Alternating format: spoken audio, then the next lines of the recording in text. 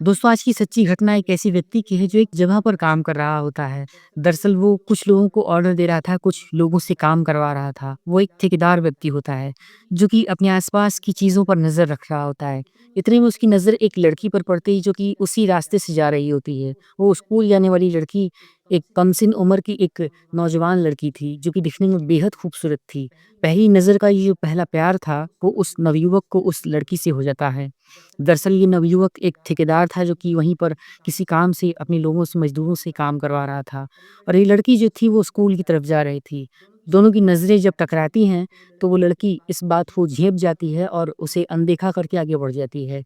लेकिन ये जो ठेकेदार था ये उस लड़की को पहली नज़र में ही पसंद कर चुका होता है। अब ये रोज़ का सिलसिला हो चुका होता है। जब भी वो लड़की उस रास्ते से अपने स्कूल की तरफ आ रही होती है या स्कूल से घर की तरफ आ रही होती है, तो ये टाइम निकाल कर उस रास्ते पर खड़ा होता है और उस लड़की को एकटक देख रहा होता है। कुछ दिनों तक ये सिलसिला यूँ ही चलता रहता है। अब ये लड़की भी इस बात को समझने लगी थी कि ये लड़का जो कहीं न कहीं से इसे पसंद कर रहा है, इसे एकटक नज़र लगाकर देखता रहता है। एक रोज़ उस लड़की ने इस बात को टोकते हुए पूछा कि आखिर आप मुझे ही बार-बार क्यों देखते रहते हैं और मैं इस तरीके से जब आती हूँ, जाती हूँ तो आप यहीं पर खड़े मिलते हैं। आखिर इस बात का वजह क्या है और आप हैं कौन? और इस तरीके से आप मुझे क्यों परेशान कर रहे हैं? जब वो लड़का इस तरीके से इस लड़की को बातचीत करते हुए पहली बार देखता है तो अपने आप पर काबू नहीं रख पाता है। वो अपने बारे में बताता है और ये कहता है कि वो एक ठेकेदार है और पहली नज़र में ही इस लड़की को अपना दिल दे बैठा है।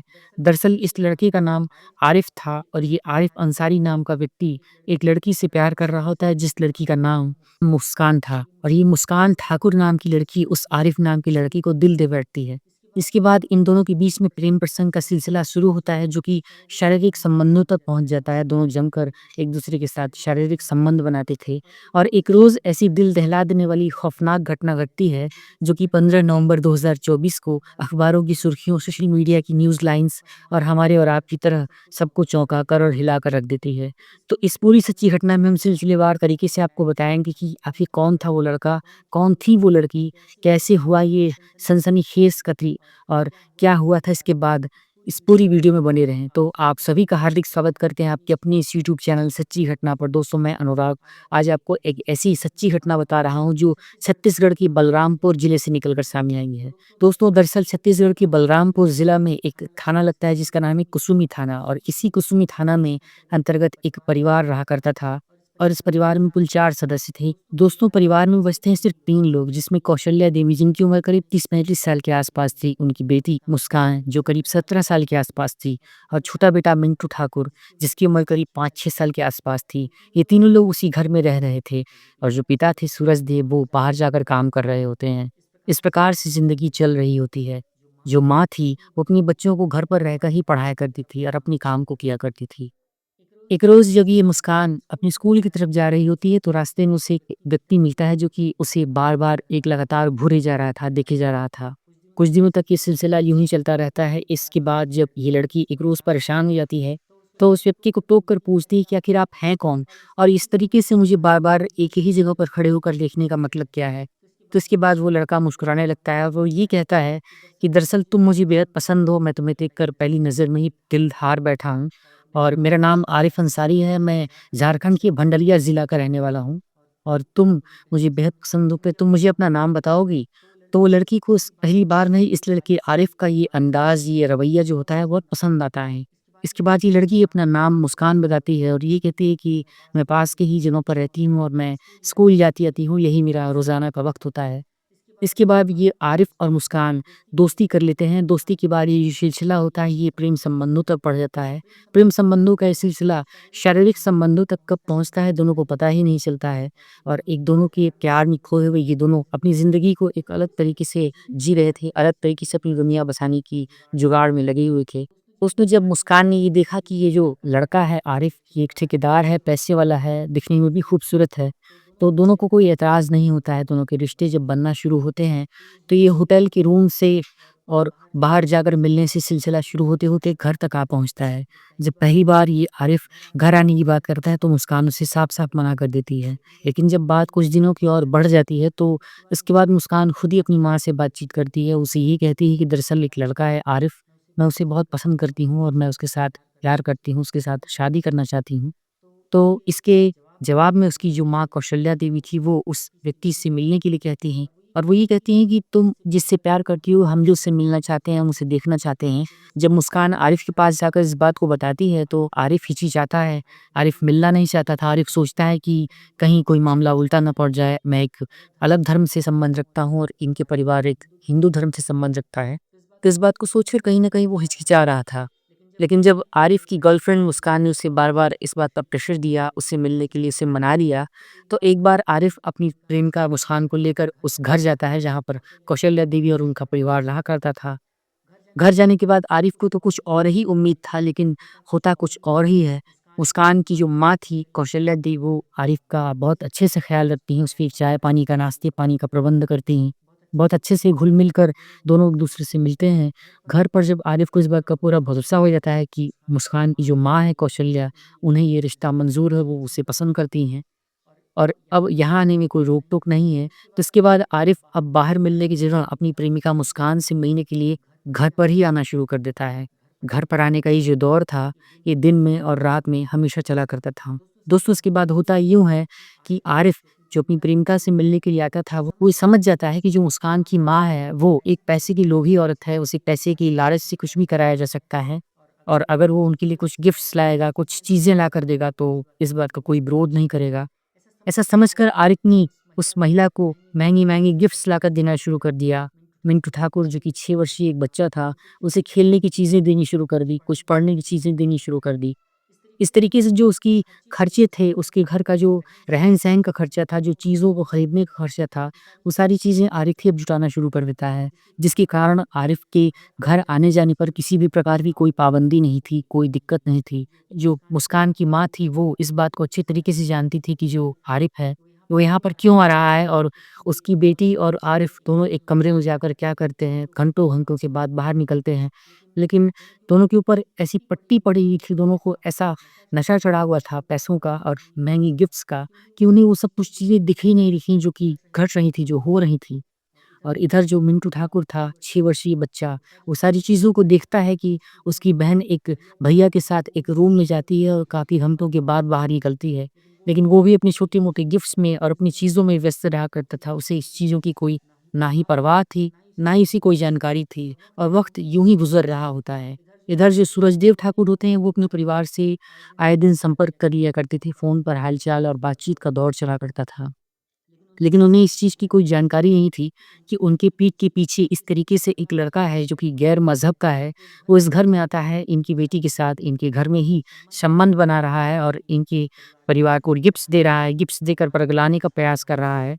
वो इन सारी चीज़ों के बारे में एकदम अनभिज्ञ थी, इन्हें कोई जानकारी ही नहीं थी। दोस्तों, उसके बाद दिन आता है 27 सितंबर 2024 का, जब रोज़ाना की तरह एक बार फिर से सूरजदेव ठाकुर अपने परिवार के पास फ़ोन लगाकर उनका हाल-चाल लेने के लिए कॉल करते हैं। जब वो अपने परिवार के पास कॉल करते हैं तो परिवार के किसी भी सदस्य ने उनका फ़ोन नहीं उठाया। जब 1-2 बार फ़ोन लगाने के बाद भी परिवार फ़ोन नहीं उठाता है तो वो परेशान हो जाते हैं।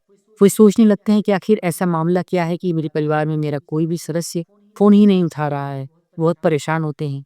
उसके बाद मुस्कान के पिता सूरजदेव अपनी जॉब पर चले जाते हैं। जब जॉब से वो वापस लौटते हैं तो एक बार फिर से वो अपने घर पर फ़ोन ट्राई करते हैं। इस बार भी उनका फ़ोन नहीं लगता है। ना ही उनकी बेटी ने फ़ोन उठाया, ना ही उनकी पत्नी कौशल्या देवी ही फ़ोन उठा रहे थे। अब उनके सब्र का जो सीमा होता है वो टूट पड़ता है और वो बाहर से निकलते ही अपने घर पहुँचते हैं। जब अगले दिन वो अपने घर आते हैं, तो वो घर पर देखते हैं कि घर पर कोई है ही नहीं। हैरान परेशान सा पिता ये सोचने पर मजबूर हो जाता है कि आखिर उसका पूरा परिवार लापता कहाँ हो गया, कहाँ गए सब लोग। बहुत सोचने विचारने के बाद, परेशानी में आलम में ढूँढने के बाद उन्हें जब कोई नहीं मिलता है, तो परेशान होकर अपने पास के नज़दीकी थाने में जाते हैं। जब थाने में जाकर वो वहाँ पर एफ़आईआर दर्ज करवाते हैं, बातचीत करते हैं, पुलिस को इस मामले की जानकारी देते हैं। तो थाना प्रभारी जितेंद्र जायसवाल ये कहते हैं कि हो सकता है कि तुम्हारी जो पत्नी है वो तुमसे लड़ाई-झगड़ा करती हो और तुम्हारी बेटी लड़ाई-झगड़े के कारण कहीं घर छोड़कर चली गई हो, या फिर हो सकता है कि तुम लोगों से वो नाराज़ हो, तुम्हारा परिवार तुमसे खुश ना हो, ऐसी कोई बात भी हो सकती है। लेकिन इसके जवाब में सूरजदेव बताते हैं कि दरअसल ऐसी कोई बात नहीं है और मैं परिवार से बाहर रहकर काम करता हूँ, तो इसलिए लड़ाई-झगड़े का तो कोई प्रश्न ही नहीं उठता है।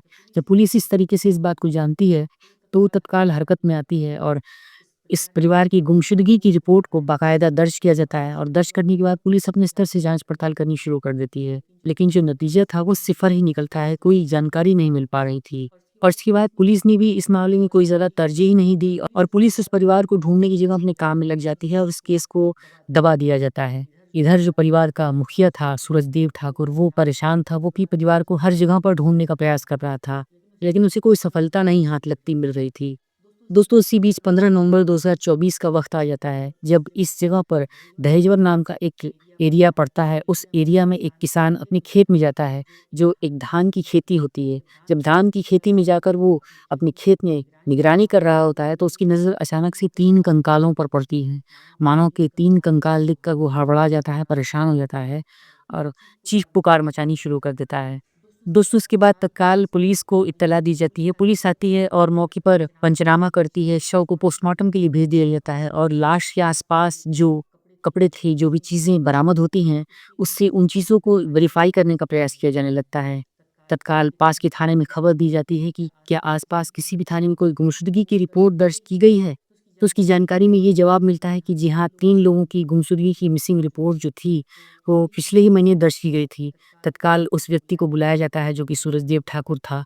उसे बुलाने के बाद जब शवों की शिनाख्त करवाई जाती है, तो बॉडी के पार्ट्स और बॉडी के पास जो चीज़ें बरामद हुई रहती हैं, उन चीज़ों को देखकर सूरजदेव ठाकुर फिर बिफर-बिफर कर रोने लगते हैं। वो ये कहते हैं कि जी हाँ, ये मेरे ही परिवार के शवों की कंकाल हैं और ये मेरा ही परिवार है। जब इस चीज़ की वेरिफ़िकेशन हो जाती है, तो पुलिस तत्काल उन शवों को, उन कंकालों को सूरजदेव को सुपुर्द कर देती है और आगे की जाँच में लग जाती है कि आखिर किस व्यक्ति ने इनका कत्ल कर दिया और इन्हें मारकर इस तरीके से यहाँ पर फेंक दिया।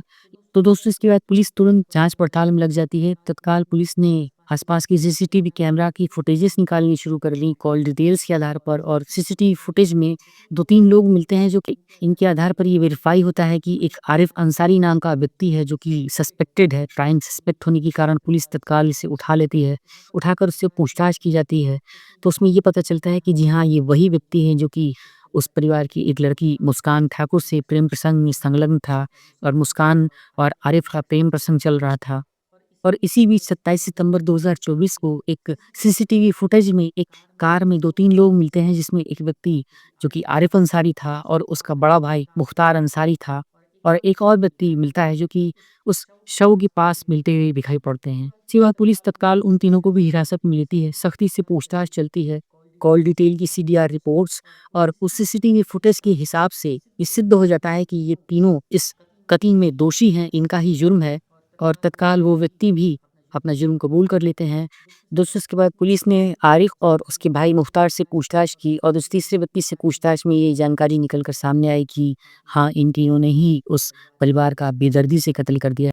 तो दोस्तों, पूछताछ में ये बात निकल कर सामने आती है कि जो आरिफ का भाई मुख्तार था, वो ये देख रहा था कि आरिफ जो है वो अपनी प्रेमिका के घर पर उसकी ज़रूरत के खर्चों को पूरा कर रहा है, उसकी माँ के खर्चों को देख रहा है और उनके घर पर अय्याशियों के सारे सामान लेकर आ रहा है। लेकिन उसी जगह पर वो अपने घर पर अपने पिता की ज़रूरतों को नहीं देख रहा था, अपने परिवार की ज़रूरतों को नहीं पूरा कर रहा था। यहाँ तक कि एक बार उसके पिता को एक बार साँप ने डस लिया था, लेकिन उसके बारे में भी आरिफ ने कोई सुध नहीं ली और सारा खर्चा जो था, सारी देखभाल और टहल जो थी, मुख्तार को ही करनी पड़ी थी। इन सारी चीज़ों को देखकर और वहीं दूसरी जगह आरिफ के घर पर एक भी पैसा ना देने के चलते मुख्तार के मन में आरिफ के प्रति जो जलन थी, जो ईर्ष्या थी, वो कहीं न कहीं इस बात को बढ़ावा दे रही थी कि वो ये सोचता है कि अगर वो उस परिवार का कत्ल कर दे, उस परिवार को ही रास्ते से हटा दे, तो जो आरिफ जहाँ पर खर्चा कर रहा है, वो खर्चा नहीं कर सकेगा और अब उसकी जो सारे पैसे हैं, वो इस घर पर आने लगेंगे। ऐसा ही सोचकर मुख्तार ने उस परिवार को रास्ते से हटाने के लिए प्लान रचा और उसे ये पता था कि जो आरिफ की प्रेमिका की माँ हैं, यानी कौशल्या देवी, उनकी तबीयत अचानक खराब हो जाती है, आइलिंग खराब रहती है। तो उसके मन में एक प्लान आता है, वो ये सोचता है कि अगर वो किसी प्रकार से उनके घर चला जाए और ये कहे कि वो बाबा को जानता है और आरिफ का भाई है, तो इसके कारण उसका विश्वास कर लिया जाएगा और वो इसी रास्ते से उनको हटा सकता है। तो ऐसा सोचकर आरिफ का भाई मुख्तार उस घर पर जाता है, कौशल्या देवी को अपनी बातों के झांसे में लेने का प्रयास करता है। वो ये कहता है कि दरअसल वो एक बहुत अच्छे बाबा को जानता है और अगर चल कर के वहाँ पर इलाज कराया जाए तो आपकी ये जो बुखार की समस्या है वो दूर हो जाएगी। जब इस तरीके से कौशल्या देवी से मुख्तार ये कहता है, तो कौशल्या देवी उसकी बातों में आ जाती है। वो सोचती है कि चलो ठीक है, चलकर अपना इलाज करा लेते हैं। उसके बाद कौशल्या देवी जाने के लिए तैयार होती है, लेकिन जब कौशल्या दी जा रही होती है तो उसके पीछे-पीछे मुस्कान और उनका छोटा बेटा जिसका नाम मिंटू था, ये भी तैयार हो जाते हैं और ये तीनों लोग एक साथ एक गाड़ी में बैठकर वहाँ पर चले जाते हैं और उस खेत में जाने के बाद वहाँ पर ये लोग रात में वहीं रुकते हैं। किसी बहाने से मुख्तार ने उन तीनों को वहीं पर रोक लिया। ये कहता है कि यहीं पर रुक जाइए क्योंकि अभी तक बाबा आए नहीं हैं, रात में वो आप सभी का इलाज कर देंगे। और ऐसा कहने के बाद वो वहीं पर बनाते खाते हैं, वहीं पर रुक जाते हैं और उसके बाद जब रात का वक़्त होता है तो मुख्तार एक कुल्हाड़ी लेकर आता है, कुल्हाड़ी से उन तीनों के गले पर, उनके जिस्म पर बहुत ही बेदर्दी से वार करता है और वार करने के बाद उन्हें वहीं पर काट डालता है। इसके बाद वो चुपचाप वहाँ से घर आ जाता है और ऐसा ज़ाहिर करता है जैसे कुछ हुआ ही नहीं हो। इसके बाद आगे की जो घटनाक्रम थी वो आप सभी को पता है, पुलिस ने इस मामले का खुलासा किया, पुलिस ने सभी आरोपियों को पकड़ लिए और अब इस समय आरिफ़ जो है वो इस पूरी सज़ा में कहीं से भी दोषी नहीं था, उसने कोई जुर्म नहीं किया था, तो इसलिए आरिफ़ तो बच जाता है। लेकिन उसका भाई मुख्तार जो कि इस साजिश में शामिल था, उसने इस सारे खेल को अंजाम दिया था, उसने कत्ल किए थे, कई संगीन वारदातें कर दी थी। तो इसलिए मुख्तार को गिरफ्तार करके जेल भेज दिया जाता है और इस समय मुख्तार पुलिस की हिरासत में है। तो उसमें पूरी सच्ची घटना को सुनाने का उद्देश्य किसी का भी दिल दुखाना या किसी को भी परेशान करना कतई नहीं है। दरअसल हम आपके समाज में घट रही इस तरीके की संगीन वारदातों को बताकर आपको जागरूक कर रहे हैं, आपको ये बताना चाहते हैं कि जुर्म जो होता है उसके पाँव कितने भी लंबे क्यों ना हों लेकिन कानून के हाथ बहुत लंबे होते हैं। एक ना एक दिन दोषी को सज़ा मिलती ही है, अपराधी पकड़ा ही जाता है। कमेंट करके आप अपनी राय, अपने विचार हमें ज़रूर बताएँ और आप हमें ये भी लिखें कि इस पूरे घटनाक्रम में गलती किसकी थी? क्या मुस्कान की गलती थी या उसकी माँ कौशल्या की गलती थी या फिर मुख्तार जो कि इस चीज़ों को अलग ही तरीके से देख रहा था? आप अपनी राय हमें ज़रूर बताइएगा और अगर आप सच्ची घटना चैनल पर नए हैं तो इसे लाइक कीजिए, चैनल को सब्सक्राइब कीजिए, वीडियो को ज़्यादा से ज़्यादा शेयर कीजिए। एक नई सच्ची घटना के साथ, एक नई लेटेस्ट न्यूज़ के साथ हम आपसे फिर मिलते हैं। तब तक के लिए आप सभी अपना-अपना ख़्याल रखें, अपने आस-पास के माहौल पर नज़र बनाए रखें और सुरक्षित रहें। Take care.